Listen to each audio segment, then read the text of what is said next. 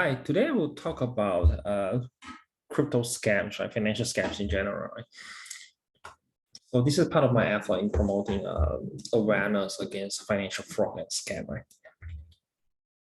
Okay, in today's episode, I will focus on mining operation scam in the crypto space, right? So mining operation scam, the mechanic of the scam is not something that is very new.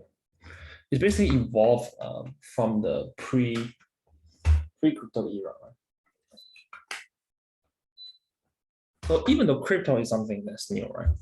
So the crypto mining scams works in this way. Basically, this criminals, these fraudsters will tell you that there's an opportunity to make money from actually crypto mining operation. This crypto mining operation give you a better investment return than what you can get from in the traditional financial space. So they will ask you for the principal and give you the cash return for that, right? And usually the cash return is very stable, right? So, oh, this is like you can earn, like say, a 10%, 20%, or 30% a month, very high, very high, right? Usually they talk about money return because yearly return, nobody's interested in yearly return, right? Everybody's talking about money return, and people want to see fast money, right?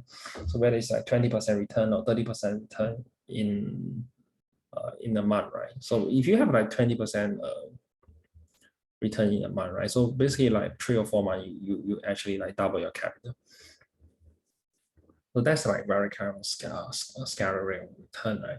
And and usually people don't really trust this kind of pictures, right? People are aware that be it cryptocurrency or investment in general, that there are a lot of scam, right? So usually people will actually test with like a small capital, or maybe I give you a try, right? $200, $300, and what happens is that in order for you to fall into a bigger scheme, right? The scammer will actually give you a good return based on your small capital, $200, $300. Because once you establish the reputation that you can generate a good return on small capital, more and more money will come in, right? So for people who are familiar with scam, you can already tell this is basically a story of Ponzi scheme. So basically, it is actually a Ponzi scheme being packaged with the crypto as a outcome, right? So basically, scheme, Ponzi scheme, but the underlying mechanics is basically Ponzi scheme, but the project is packaged under the name of say crypto mining.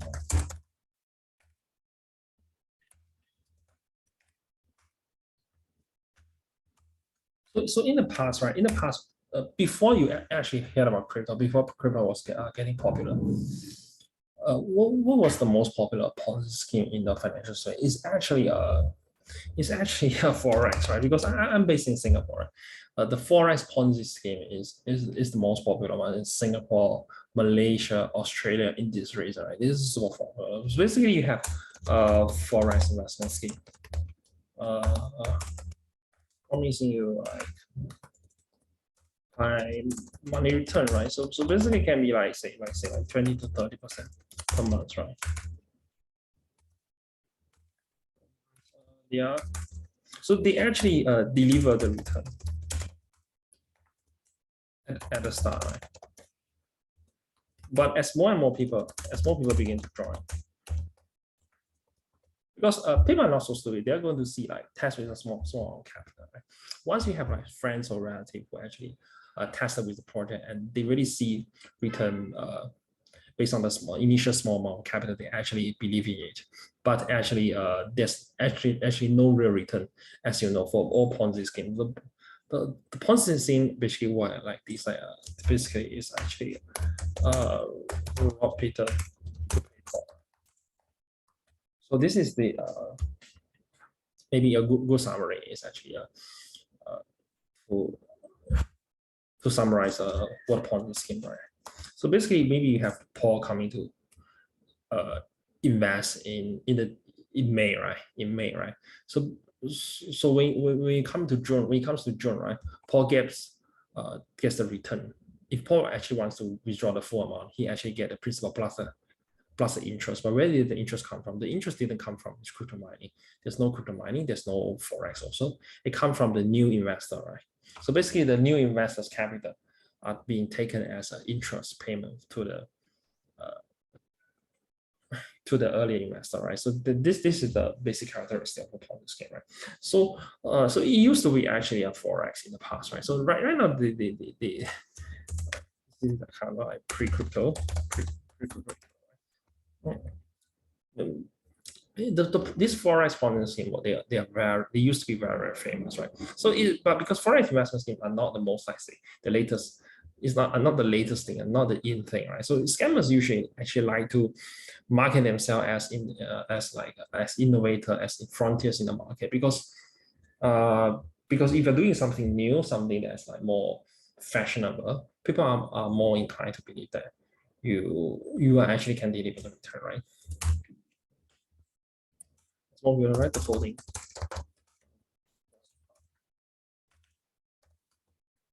So what are some warning signals on crypto mining investments? So basically, you can assume that 90% of them are scams. Always assume, let's say, these investments are scams, anti-polarized. So what are the notable exceptions first? There are a legitimate crypto mining investment. Some are, let's say, big listed companies. They are unlikely to be scammed, right? Because they are audited. A big listed company who actually do mining as their main business. And they are also very famous, let's say, crowd mining platforms that have as a track record. So basically, let's say, what are some basically warning signs? Right? So new project with no track record. That's a warning sign, right? And basically, the pitch is all about return. And this is actually a big warning sign, right? If the pitch is all about return, right? This is how much money I get, right? But there's actually no evidence of mining operations, right? Let's say photos or videos of ASIC, right? Because if you are legitimately running an operation, I should be able to see evidence of you actually running the mining operation, right? Whether you have, like, say, all these, like, say, ASIC stands for application specific integrated circuit, right? They are like supercomputers who are actually designed to do mining. Right? So if you don't have all these, basically I can quite be sure that's a scam. Usually, like a website looks like a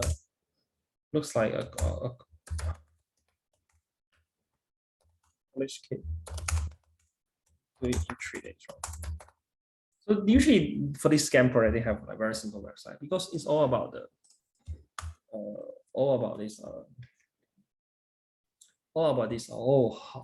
return, how much money you can make, right? So there's all this, like, say,